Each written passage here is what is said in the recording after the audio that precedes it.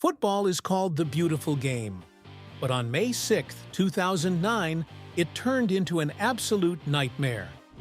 Chelsea versus Barcelona wasn't just controversial, it was outright daylight robbery, penalties denied, blatant fouls ignored, and a referee performance so shocking that fans still call it a fix to this day. Was it corruption? Was it UEFA protecting their golden team? Or was it simply the worst refereeing disaster in Champions League history? Buckle up, because this one still stings. The 2009 UEFA Champions League semi-final between Chelsea and Barcelona is one of the most controversial matches in football history. It wasn't just a game, it was a robbery in broad daylight, a night where refereeing decisions overshadowed the beautiful game. Picture this: Chelsea, a team built on defensive resilience and power, up against Pep Guardiola's Barcelona, a team revolutionizing football with their tiki-taka magic. The first leg at the Camp Nou ended in a 0-0 draw, setting up the perfect showdown at Stamford Bridge. The winner would face Manchester United in the final. With everything on the line, the stage was set for a thrilling second leg. Little did Chelsea know they weren't just fighting against Messi, Xavi, and Iniesta. They were up against something much bigger, one of the most infamous refereeing performances in football history. Right from the start, Chelsea showed they weren't going to sit back. They took the lead in just the 9th minute through a stunning strike from Michael Essien. The Ghanaian midfielder smashed a left-footed volley off the crossbar and into the net. A goal worthy of winning any game. Stamford Bridge erupted. Chelsea fans dared to dream. But then, things started getting weird.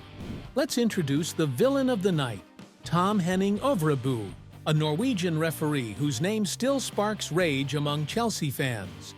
If UEFA wanted to avoid an all-English final 2 years in a row after Chelsea and Man United met in 2008, they picked the perfect man for the job. Øvrebø's officiating was so shocking that Chelsea fans were left screaming for justice. And we're not talking about 1 or 2 bad calls. We're talking about 4, maybe even 5 blatant penalties denied. Dani Alves' foul on Malouda surged into the box, only to be pulled down by Dani Alves. Chelsea players immediately screamed for a penalty. What did Øvrebø do? He gave a free kick outside the box. Replays showed Malouda was clearly inside. First robbery of the night. Eric Abidal's tackle on Drogba Didier. Drogba, Chelsea's powerhouse striker, bulldozed his way through on goal. Abidal blatantly dragged him down inside the box. Øvrebø's decision? Play on. If that wasn't a foul, then football was being played under new rules that only UEFA knew about. Gerard Piqué's handball. This was daylight robbery. Chelsea swung in a cross, and Piqué's outstretched arm clearly blocked the ball in the box. Stamford Bridge exploded. Even the Barcelona players looked guilty. Yet Øvrebø waved play on. Imagine getting away with something like that in a Champions League semi-final. Samuel Eto'o's handball. Just when Chelsea thought it couldn't get worse, it did. In the final moments, Michael Ballack unleashed a shot, and Eto'o literally blocked it with his arm inside the box. Ballack went absolutely ballistic, chasing Øvrebø up the pitch in one of the most iconic football protests ever. But guess what? No penalty. By this point, Chelsea fans weren't even angry. They were in absolute shock. How could one referee ignore so many obvious decisions?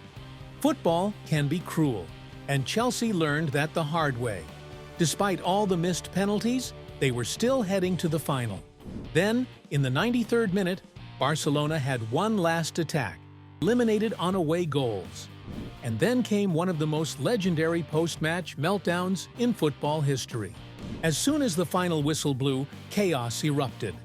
Chelsea players surrounded Øvrebø, demanding explanations. Drogba, absolutely furious, stormed towards the cameras, screaming, "It's a disgrace! It's a disgrace!" his frustration became an instant meme.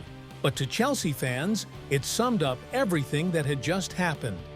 Ballack, Terry, Lampard, all of them protested, but it was too late. Barcelona were in the final, and Chelsea were left wondering how they had just been robbed in broad daylight. After the match, football fans and analysts started asking questions. How could so many clear penalties be ignored? UEFA had already faced accusations of favoring Barcelona, and this match only added fuel to the fire. Some believe UEFA didn't want another all-English final after the 2008 showdown between Chelsea and Manchester United. Others think it was simply one of the worst refereeing performances ever. Øvrebø later admitted he made mistakes, but by then, it didn't matter. The damage was done. Chelsea wouldn't have to wait long to get revenge, though. In 2012, they met Barcelona again in the semi-finals. This time, there was no referee drama. Chelsea, with 10 men, pulled off a historic victory at the Camp Nou, knocking Barcelona out on their way to winning their first-ever Champions League. It wasn't the same as winning in 2009, but it was sweet revenge. To this day, the 2009 Chelsea versus. Fans still argue about it. Some say Chelsea should have had at least 2 or 3 penalties. Others believe Barcelona's destiny to win the treble meant that UEFA ensured they went through. One thing is for sure. Tom Henning Øvrebø's name will never be forgotten in football history. Chelsea fans still curse his name, while Barcelona fans will always celebrate the miracle of Stamford Bridge. So, was it the most corrupt match in football history? Probably. Was it the most painful for Chelsea fans? Absolutely. And if you ask Drogba, he'll still tell you today, it's a disgrace. Years have passed, but the scars of that night at Stamford Bridge still remain. One thing is certain, this match changed how we see football forever. Was it the most corrupt game in history, or just a night of shocking refereeing? Let me know what you think in the comments.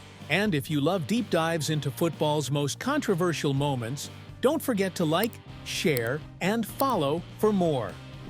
Also, make sure to watch our previous video about the famous skills performed by Ronaldinho.